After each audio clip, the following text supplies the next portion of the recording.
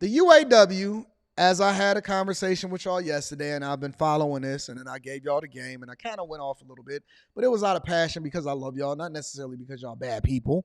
You know what I'm saying? The UAW got the best offer in the company's 80-year history from Ford Motor Company. GM then made an offer.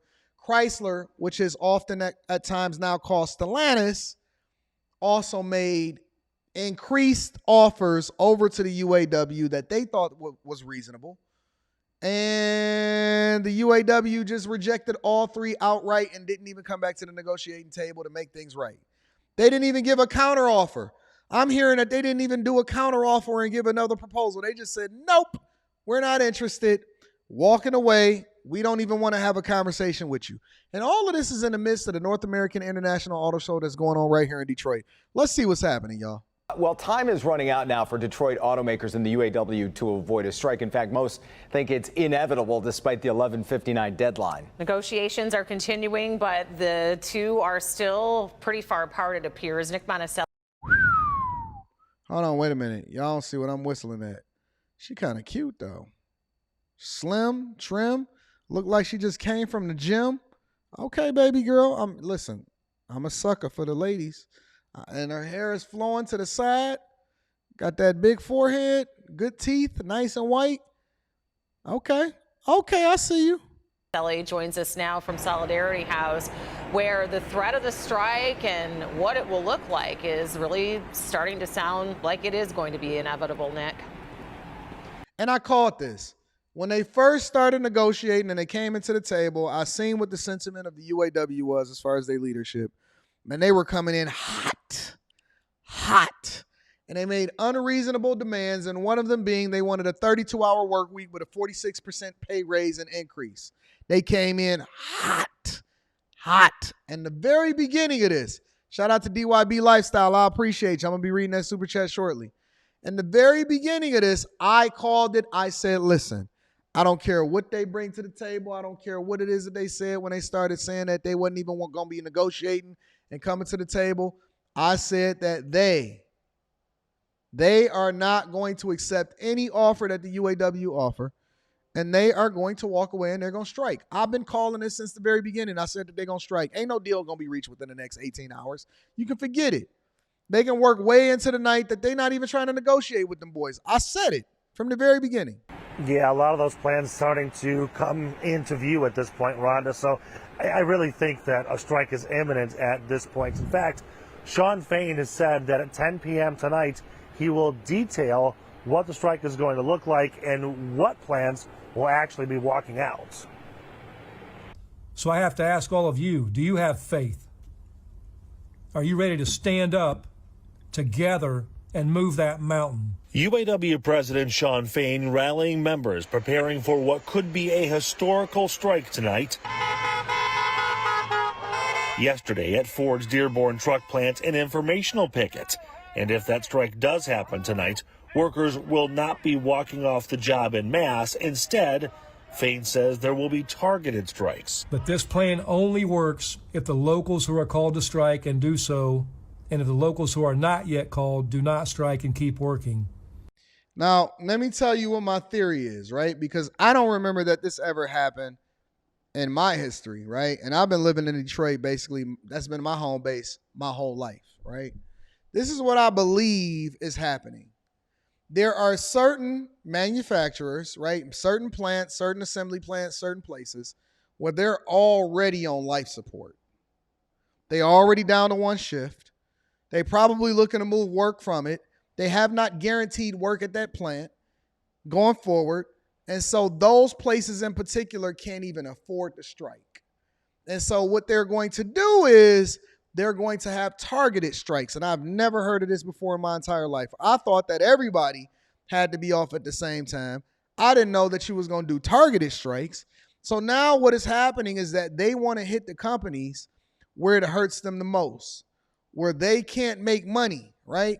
Let's say, for example, if you work at Local 600 and you're a Ford Motor Company employee, well, there's a strong possibility that they're going to target strikes at your most profitable product, which is, ta-da, the F-Series, the F-150, the longest running champion, The most sold vehicle in the United States of America for multiple different decades straight has been the leader, just redesigned Ford F-150, just launched at the North American International Auto Show.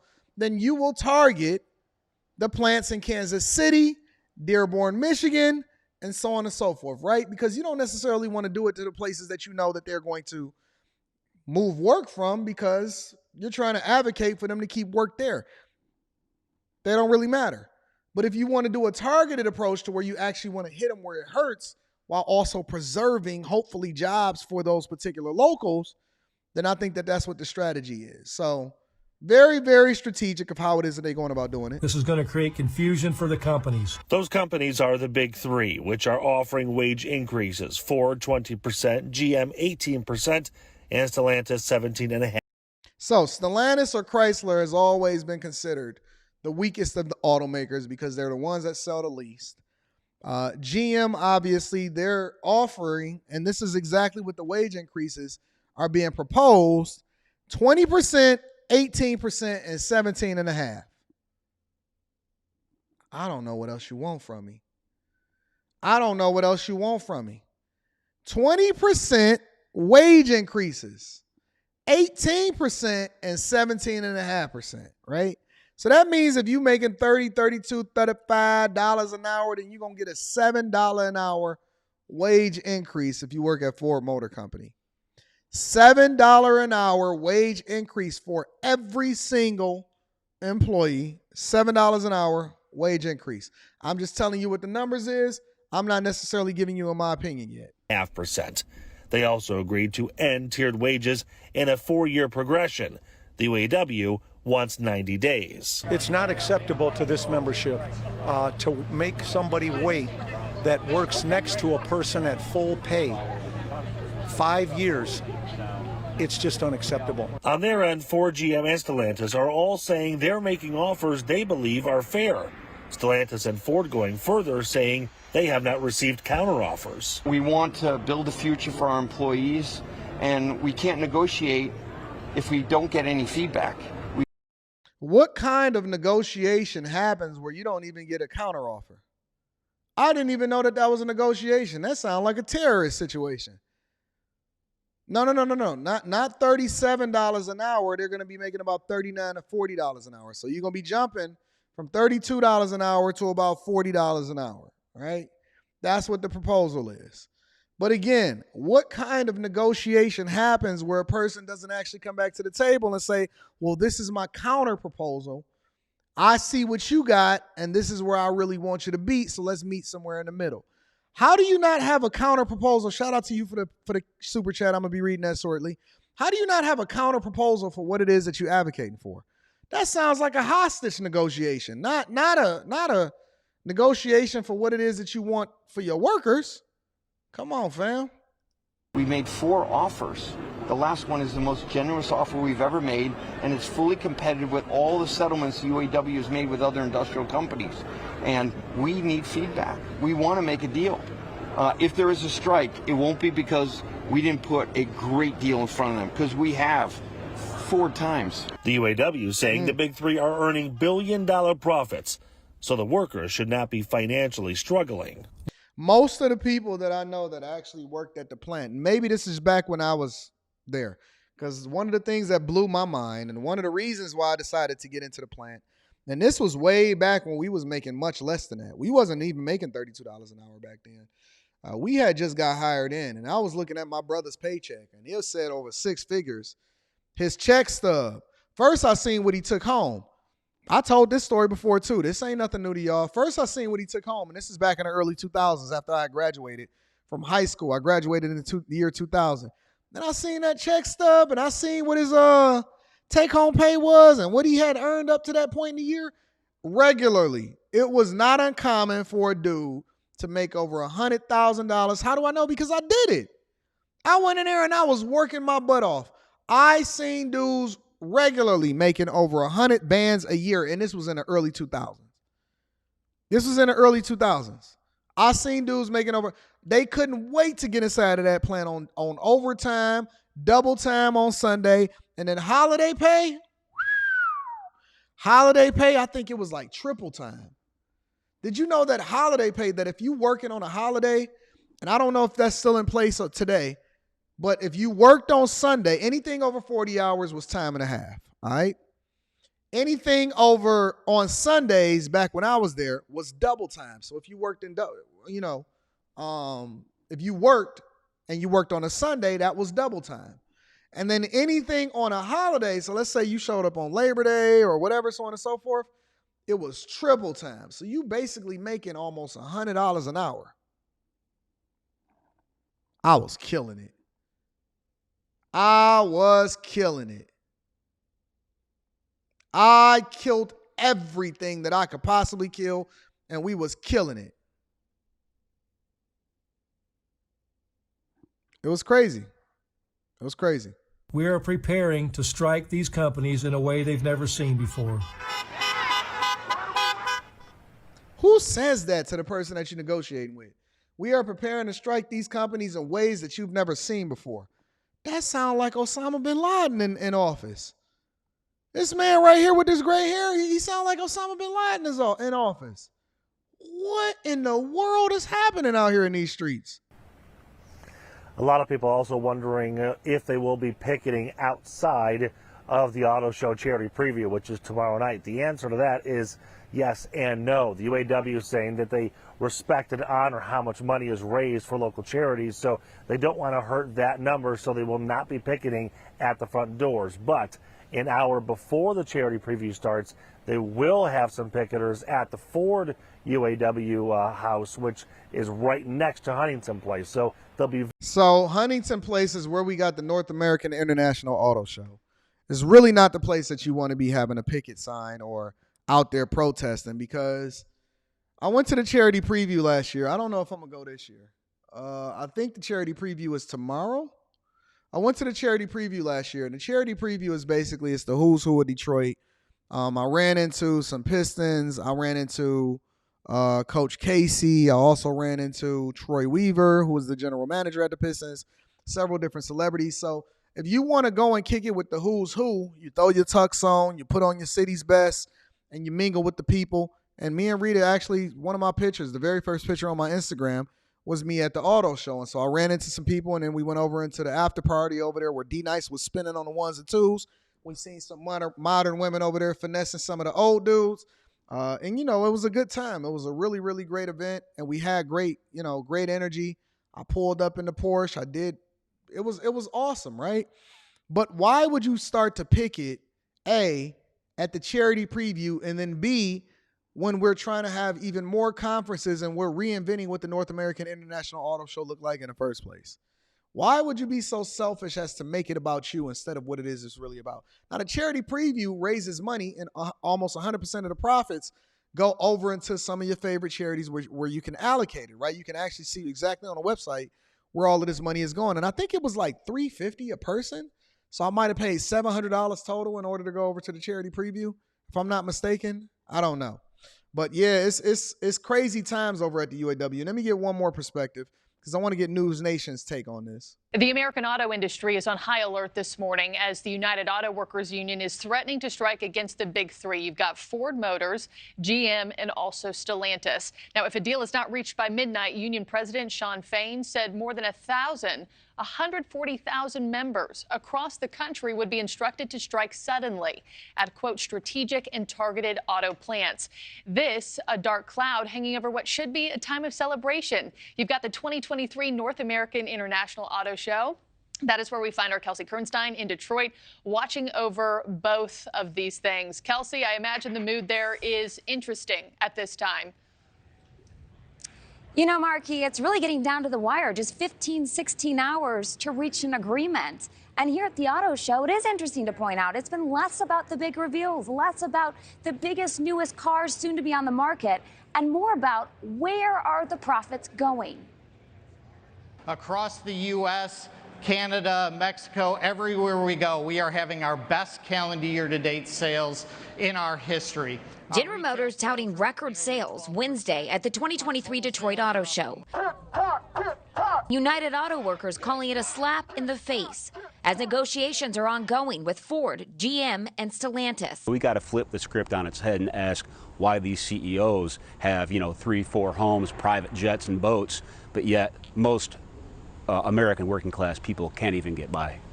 Because you don't have a high school education, big dog. You just got a GED. Yo. Your justification for how much you wind up negotiating don't have nothing to do with my bag.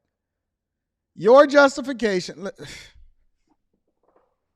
there's nothing more aggravating than somebody trying to count your money. Stop counting my money and start counting your money. Listen, what you negotiate ain't got nothing to do with me. I hustled my way to the top. I grind. I worked very, very hard. I am the person that actually designed the very vehicle that you are manufacturing. I'm the person to make the decisions as to whether or not this money goes over here, this money goes over there. We got to negotiate costs with manufacturers. We got to negotiate costs with suppliers. We got to work with the dealer network. We got to understand exactly what the profit margins are. We got to increase. And our compensation is largely tied to our performance on the job. Why are you looking at my money? Why are you looking at my houses? Why are you worried about what it is that I got? It's not fair that y'all got 3 and 4 houses and a private jet, and I'm over here trying to figure it out. Well, you should have went to school, and you should have studied more effectively. Count my money. Get out of my pocket. 140,000 workers across the country could walk off the job if a deal is not reached by midnight. Everybody has a family. You've got kids, you've got grandkids, and this is all to help support them. Hugh McKinney has been working for General Motors for more than 48. Now, he don't look like he's starving now one bit. He don't look like everybody got kids. Everybody got a family. I got kids. I got grandkids. Now tell me, why is that my problem? Why is that my problem? Years. He says he's given his life to the job. Just like his coworker, Christopher. No, you didn't. You did not give your life to the job. You are fairly compensated for what it is that you decide to trade your time in for. See, and this is listen, I believe that you get what you negotiate. Negotiate, strike, do whatever it is that you want to do. But these are white lies. You did not give your life to the company. The company is providing you compensation for your work. If you decided that you wanted to leave and go and work somewhere else, it is nothing that the company can do to hold you back. This is not slavery. What you talking about, Willis? You look like you eating good over there. Him too. Got that beer good. That beer belly sitting over there. His arms is crossed right under it. Got that booty do. You know, where the belly stick out a little bit more than your booty do. I gave my life to this country. I mean, I gave my life to this company. No, you didn't. You were paid on time every single week, and your paycheck never bounced. And you paid for your education, and you fed your face, obviously, and you paid for your kids to go to school. What you talking about? Alda Leon. I've been here 40 years. I have 2 sons that work here, one for General Motors, one for Aramark, the third party. So it sounds like that you really, really living it up, and they providing from your whole family. So now you raised your kids up to come and work there too. These workers, like thousands of others, say they're proud of what they do, building cars for the American people, for what they call some of the best automakers in the world. But they say they feel shortchanged. Basically, they're not bargaining in good faith, as far as we're concerned. Some of the issues that they've addressed, they really have offered us a pittance of what we're asking for. The United Auto Workers are fighting for immediate double-digit wage increases, the elimination of tiered payment systems, and restoring cost of living allowance to fight against inflation. A 32-hour work week has also been discussed. The union president told members Wednesday night a deal doesn't look likely. We are preparing to strike these companies in a way they've never seen before. One of the big 3 automakers responding to the looming strike with a statement reading in part, "Our focus remains on bargaining in good faith to have a tentative agreement on the table before today's deadline. The future for our represented employees and their families deserve nothing less." But these workers say they won't back down for anything less than what they're asking for. You know, you only fight for the rights that you want to keep, and I want to keep all of them. So I've been ready. I've been staying ready, and I hope the rest of America will get ready with us so they can fight for their rights in their workplaces as well. Nope, I'm not on the same team as y'all at all. I'm just not. I remember when I was when I first, got into the information technology field as a front end developer, and I had to pay my dues. I paid my dues. I continued to negotiate my wages. I worked my way up. Now I give the game over to other people on how it is that they can continue to grow. Nobody cared about my job. I was not a part of the union. I had to show and prove, and then I got what I negotiated. And as I continued to show my worth over and my value over to these companies, they compensated me fairly, and I never complained about it. I don't need you to negotiate my wages. I'm going to do it on my own. And listen, here's my question, because I want to look at it from both sides. Listen, if y'all get what y'all asking for, congratulations. You deserve it. You get what you negotiate, not necessarily what it is that you feel like you deserve, okay? Here's my question with this whole situation. What options do the company have?